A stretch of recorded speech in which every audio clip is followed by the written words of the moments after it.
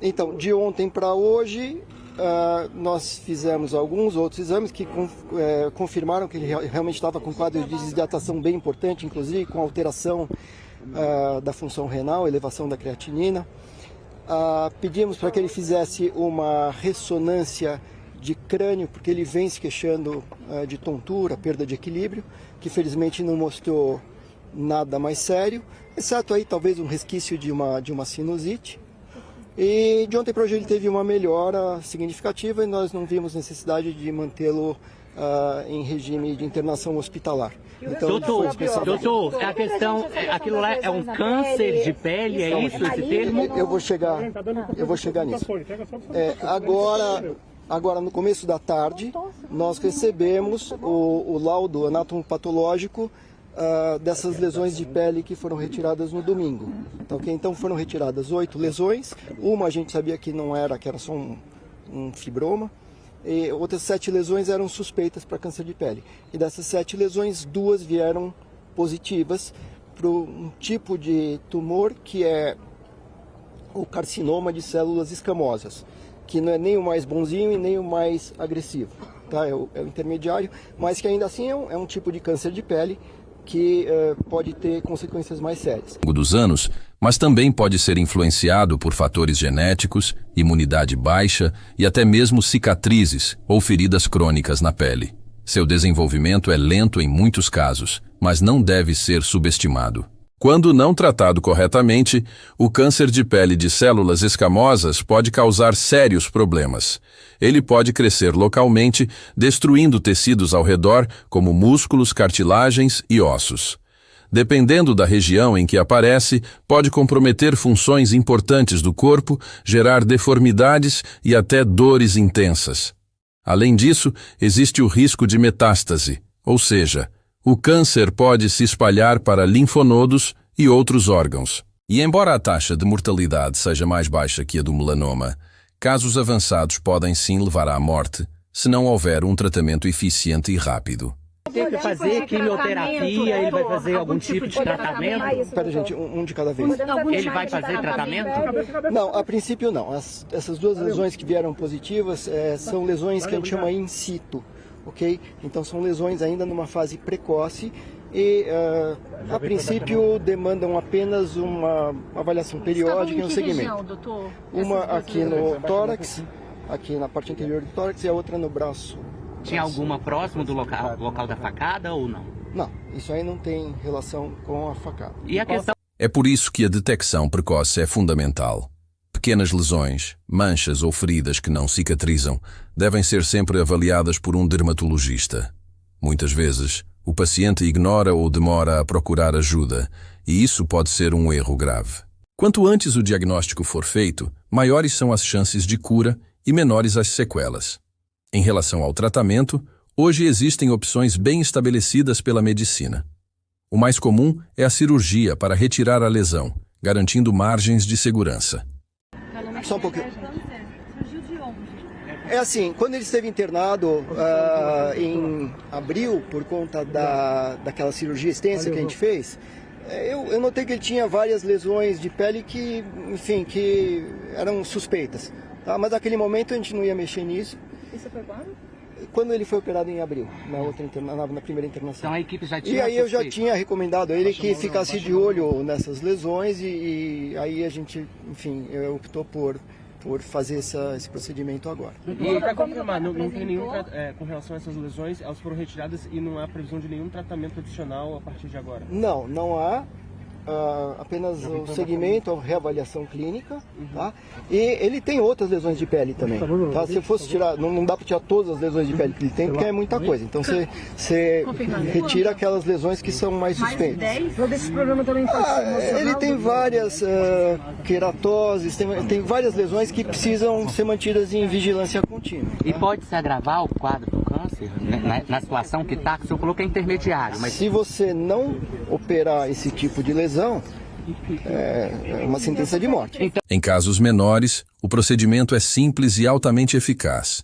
Em lesões maiores ou em áreas delicadas, técnicas mais avançadas, como a cirurgia de Mohs, podem ser indicadas para preservar o máximo de tecido saudável. Além da cirurgia, há ainda tratamentos como a crioterapia, que utiliza frio intenso para destruir células cancerígenas, a radioterapia, indicada em alguns casos mais avançados ou quando não é possível operar, e medicamentos tópicos ou sistêmicos, dependendo da necessidade. Há também terapias mais recentes, como imunoterapia e terapias-alvo, usadas em situações específicas, especialmente quando a doença se espalhou. Foram 7 lesões. 2 confirmadas. E 2 confirmadas. O câncer de pele, a grosso modo, você tem 3 tipos de lesões, que é o carcinoma basocelular, o carcinoma espinocelular, o carcinoma de células escamosas, que é esse que ele tem, e o melanoma.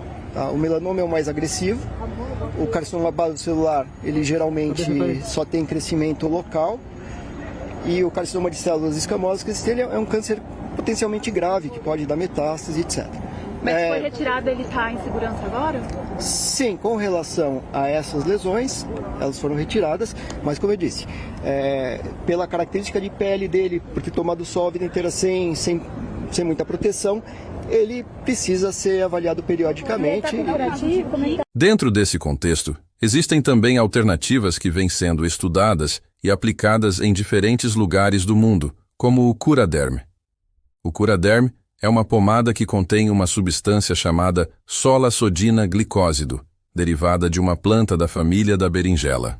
Esse composto tem sido investigado por sua ação seletiva contra células anormais da pele, incluindo o carcinoma de células escamosas. Diversos relatos e registros visuais mostram o uso do Curaderm em lesões de pele, com registros fotográficos do antes e depois do tratamento. Em muitos desses casos, observa-se a regressão da lesão e a cicatrização da pele após semanas ou meses de aplicação. Essas imagens impressionam e geram muita esperança para pacientes que buscam uma alternativa menos invasiva do que a cirurgia. É importante destacar que, embora os resultados relatados sejam animadores, o uso do Curaderm deve sempre estar acompanhado da orientação de um profissional de saúde. Afinal, cada caso é único, e somente um médico pode avaliar a gravidade da lesão, a profundidade do câncer e a melhor forma de tratar. Agora, vamos imaginar alguns exemplos ilustrativos de antes e depois que ajudam a entender o potencial dessa pomada. Casos em que uma lesão inicial parecia uma simples ferida, mas que ao longo do tratamento foi clareando, diminuindo de tamanho até desaparecer. Casos em que a pele apresentava uma aparência agressiva e irregular, mas que com o tempo se tornou uniforme novamente. São transformações que mostram não apenas a ação do produto, mas também o poder da perseverança no tratamento. Esses registros são poderosos porque dão esperança. Muitas vezes, o câncer de pele é visto como uma sentença dura, mas quando o paciente encontra alternativas que funcionam, percebe que existe um caminho de vitória. Outro ponto importante é entender que o câncer de pele de células escamosas, quando tratado corretamente, apresenta altas taxas de cura. O que realmente representa risco de vida é a negligência, a demora no diagnóstico, o abandono do tratamento ou a escolha de soluções ineficazes sem supervisão médica. E quando pensamos no futuro, o que pode acontecer se alguém não tratar corretamente um carcinoma de células escamosas? Em primeiro lugar, há o crescimento contínuo da lesão. Pequenas feridas podem se transformar em grandes tumores ulcerados. Isso não apenas compromete a estética, mas causa dor, infecções secundárias e dificulta a qualidade de vida. Em segundo lugar, há o risco real de o câncer se espalhar para os linfonodos próximos e, a partir deles, atingir órgãos vitais, como pulmões e fígado.